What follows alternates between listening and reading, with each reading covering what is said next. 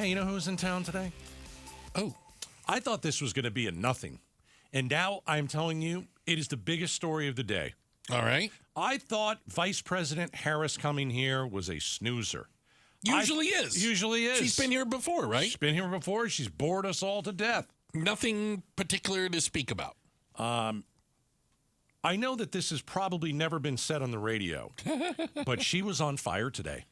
En fuego. Did you just hiccup? I think I did. Was that a hiccup, ladies and gentlemen? En fuego. Nick, can you pull that? I would like to hear it in the next minute or two. I don't know if I've heard a hiccup. It was definitely a hiccup. On the air in a long time. Definitely. I'm not even denying it. I didn't even get him laughing yet, No. and it was a hiccup.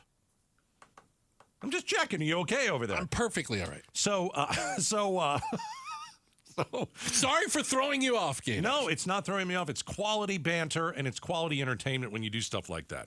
I'm not a fan of Vice President Harris. You know, when she was put in charge of the border, which was a joke, I remember Governor Ducey coming out and saying, and he was right here. He said, listen, she doesn't care about the border. No. She's not going to do anything about the border. No.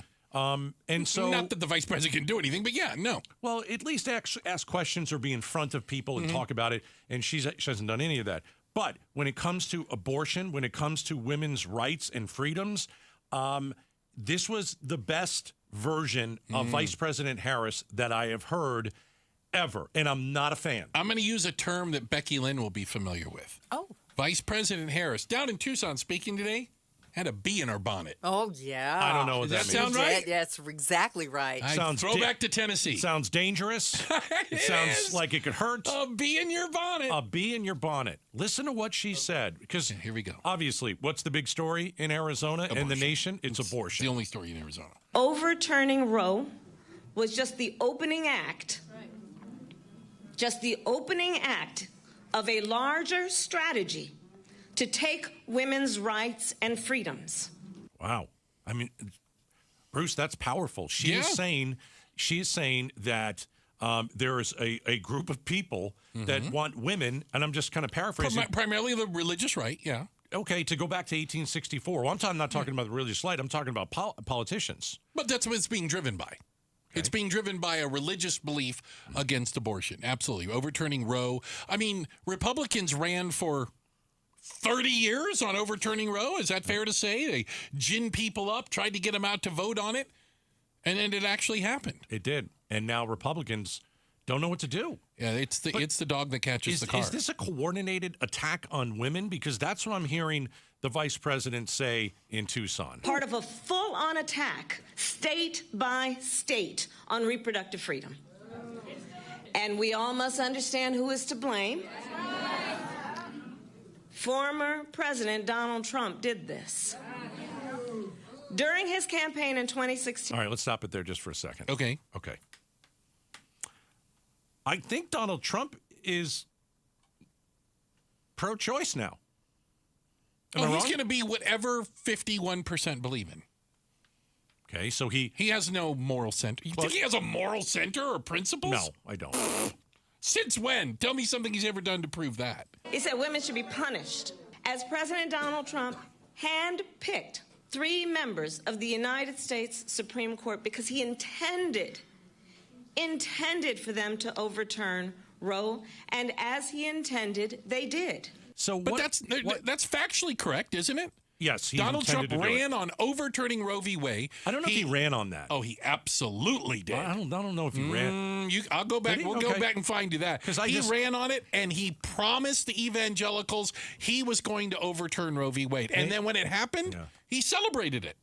Well, and he should, because he was running on it. That's what he wanted to do, so he accomplished something. Right. And he said what he was going to do, and he actually did it. Correct. But I think he's kind of running away from it now, though. He's running like a scalded dog. He's running fast. He can't get out of the way of it. All he can say now is, we've done our job. We've handed it back to the states.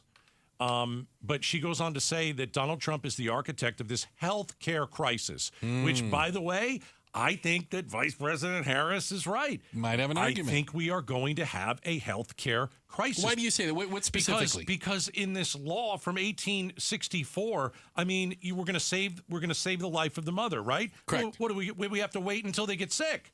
We can't preemptively have an abortion because we know that something is wrong and mom is going to get sick. She's going to have to go into sepsis before we do anything. Can I also throw this in there? That's a healthcare crisis. Can I also throw this in there? Throw it in. Once she gets sick, it's not clear. Do you have to go before a judge? You're right. Do you have to get a politician's permission then for a doctor to do whatever it is that they would have wanted to do? Or will the doctor be open to litigation? I was thinking about this earlier. Right now, you have to wait till the insurance company says doctors can do anything. Right. Yeah. Now you're going to have to wait until the court says it's okay.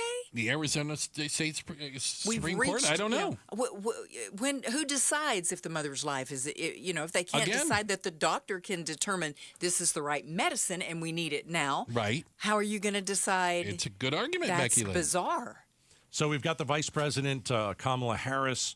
By the way, here's Bruce's hiccup. Let's hear it. But she was on fire today. And fuego. Did you just hiccup? I think I did. Was it?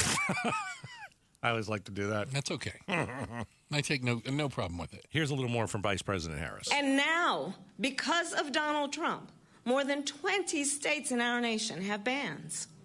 Now, because of Donald Trump, 1 in 3 women of reproductive age in our country live in a state that has a Trump abortion ban.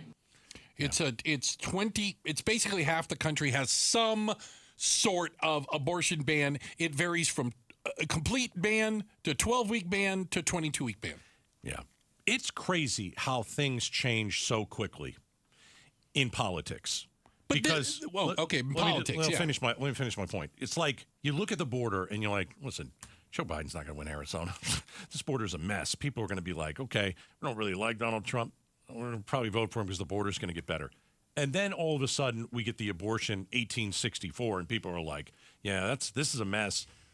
Look at all the younger women that are going to probably go and vote, and they're going to vote. Who couldn't care less about the border. Nope. Border doesn't impact their life. Nope. This impacts their life. And when you want to talk about things changing fast. Oh, yeah. I never thought I'd say this. Maybe the vice president is now going to play a big role in trying to get Joe Biden reelected because for the first time that I have heard her, she was articulate, she was passionate, she was on point. And speaking about something she cared about. And that's why. When you care about something, when you're passionate about something, you're going to come off so much better. But remember the administration they stopped putting her in front of a microphone because she was making a fool out of herself. Well, today in Tucson, she was very good. And Joe Biden needs someone to argue and make the argument against Donald Trump because Joe Biden can't do it himself. I don't think anything she said was factually incorrect. I don't think so either. The issue will be we still got 200-something days before an election.